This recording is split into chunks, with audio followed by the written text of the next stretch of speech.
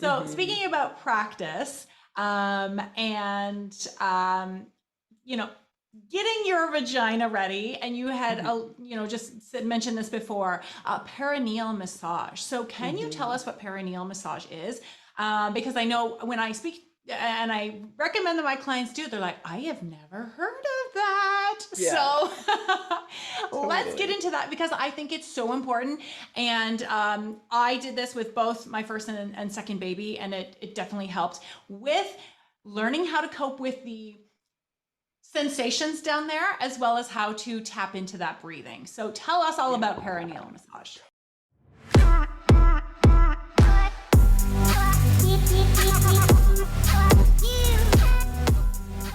Totally. So perineal massage, typically you do it later on, so 34, 35-ish weeks.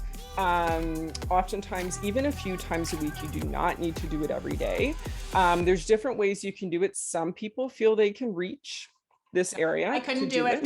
it. Yeah, I I couldn't do couldn't it. either at that point. So some options if you can't. You could have your partner do it. So that's what I always talk to clients about, educate their partner. There's different tools. So the Kegel release curve is a great, it's kind of like an S-shaped tool that you can use. So then you can do it yourself and it's easier to reach. So there's options.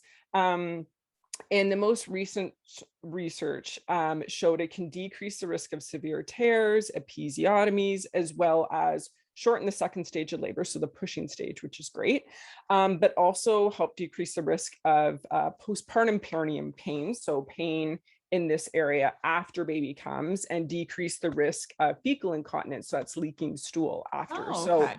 tons of benefits. Mhm. But with that being said, I think anything to do with preparation, people should be given information and they get to decide if they feel like, yes, this is the right fit, I can do this. Because I want people to know too, if you don't do perineal massage, it doesn't mean you are going to tear and you are going to have a episiotomy. It's just that it decreases your risk, which is great. So with perineal massage, I'll kind of show you here. Let's say if your partner is doing it, they would use one or two fingers. They'd go to about the first or second knuckle at most. And if you picture the vaginal opening like a clock, the first technique I like to share is called the horseshoe. So essentially, they're going to internally go in and then put pressure out about like 2, 3 o'clock. Keep that pressure out and go scoop down and around in that horseshoe position. And then again, pressure out and around and doing that up for a few minutes. You may start with 30 seconds when you're first getting used to it. But the idea is how we talked about the flower bloom breath. You're going to use that to then help you relax with that sensation. And if your partner is doing it, you do want to give them feedback in terms of if you're not feeling any kind of stretchy discomfort, then it's like it's not really going to do anything. But if it's so much you want to kick your partner, too much pressure. So it's this in between, kind of the stingy, kind of uncomfortable feeling, breathing through. And over the times you do it, they should be able to put more pressure before you feel that kind of sensation. And for people to know, this is not going to stretch out your pelvic floor. This is really about knowing how to connect to relax those muscles when you're doing it. The second technique that I like to teach, it's like the bottom of a peace sign. When it comes to tearing, oftentimes tearing can be down here. Yes, it can be up here as well. But in terms of preparing the area, then we focus here. So the bottom of a peace sign, so you would go about 4 o'clock and hold for 10 seconds, 6 o'clock, and 8 o'clock. And you're just repeating that holding for about 5 to 10 seconds and breathing through it again. So those two techniques I find to be quite helpful for clients. So you could always give that a go. And now you know options as well, because Okay. I was the same as you, Denise. Like, and I tell clients too, like, if you can't reach there at 34, 35 weeks, you're not alone. A lot of people can't, but I have some clients who are super determined and they kind of either in the bathtub because you're kind of you can kind of lean back Mhm. or stack a bunch of pillows on your bed so you're up. But even then, sometimes you just can't reach over your baby bump. So Yeah. to know there's other Or options around.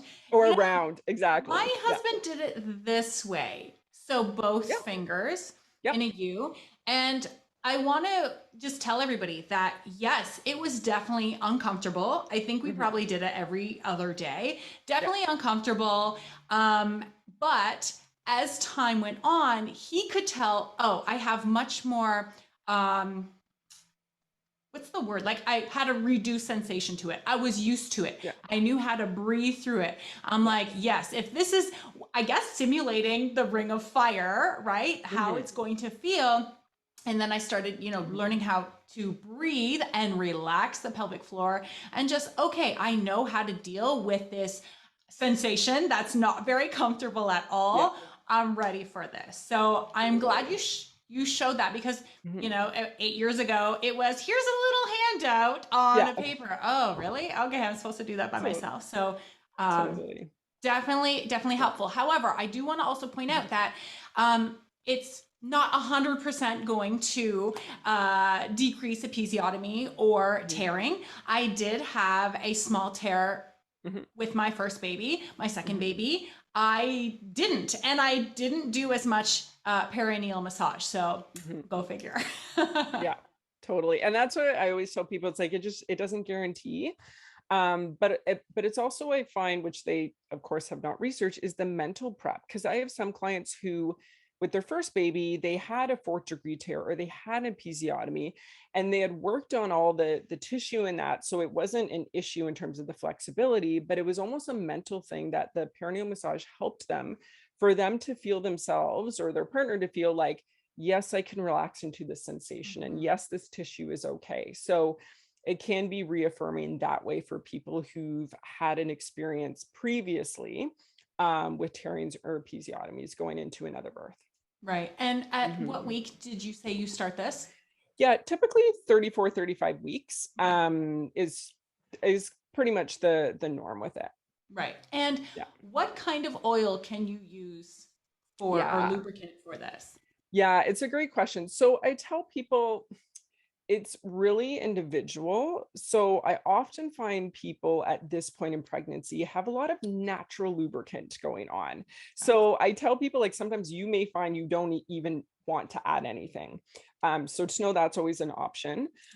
Some people use other types of oils.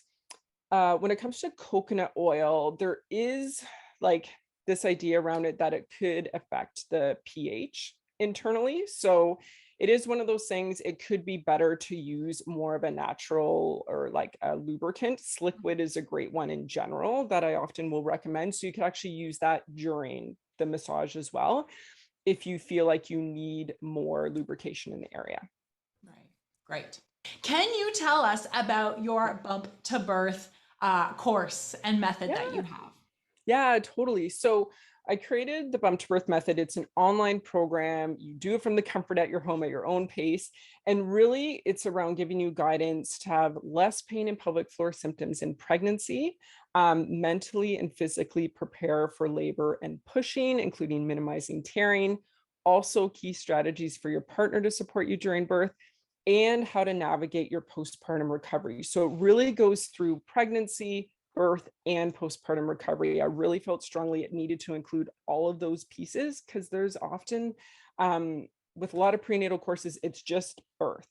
And Mm. there's so much more to it that you can get value from. So that's what is in the program, and it really guides you step by step. So it's short video and audio lessons, and then also complimentary handouts that go with it. There's also a partner labor prep workshop. So all the lessons that are broken down into smaller pieces for you to watch, and your partner can watch any of them too. But if you kind of want to sit down together and get so much of it that they need to know in one time, it's about a 90-minute workshop, and I'm teaching it to you that you can like pause it and practice things, practice labor positions, practice pushing positions. So it's so many people have gone through it, say that was really key for their partners. So they had strategies, they have pictures, everything. So often they'll save that in their phone. So when labor comes and something comes up and the partner's just like, okay, how do I do this again?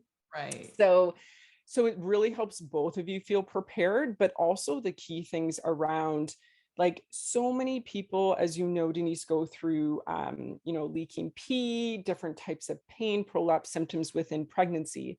So I wanted to make sure there were lessons on all the common pelvic floor and pain issues that come up in pregnancy, and then you have a lot of key strategies that I share with clients in kind of a general way that you can then use at home. Awesome. Thank you. And I'm going to Yeah. put the link down to your course. And Yep. do you also have a freebie? I believe it's Yes. your discovering. Can you tell us about that?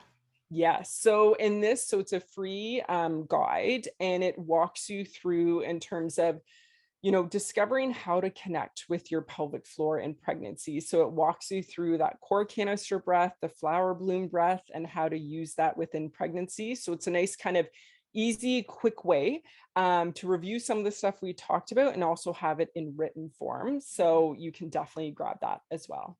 Awesome. So you guys can get that down below. Anita, thank you so much for joining us and answering my questions. And I will have your Instagram, your website, all the details in the description box below for the moms who are watching. Thank you Awesome. so Thank much. you for having me, Denise. Yeah. You're welcome.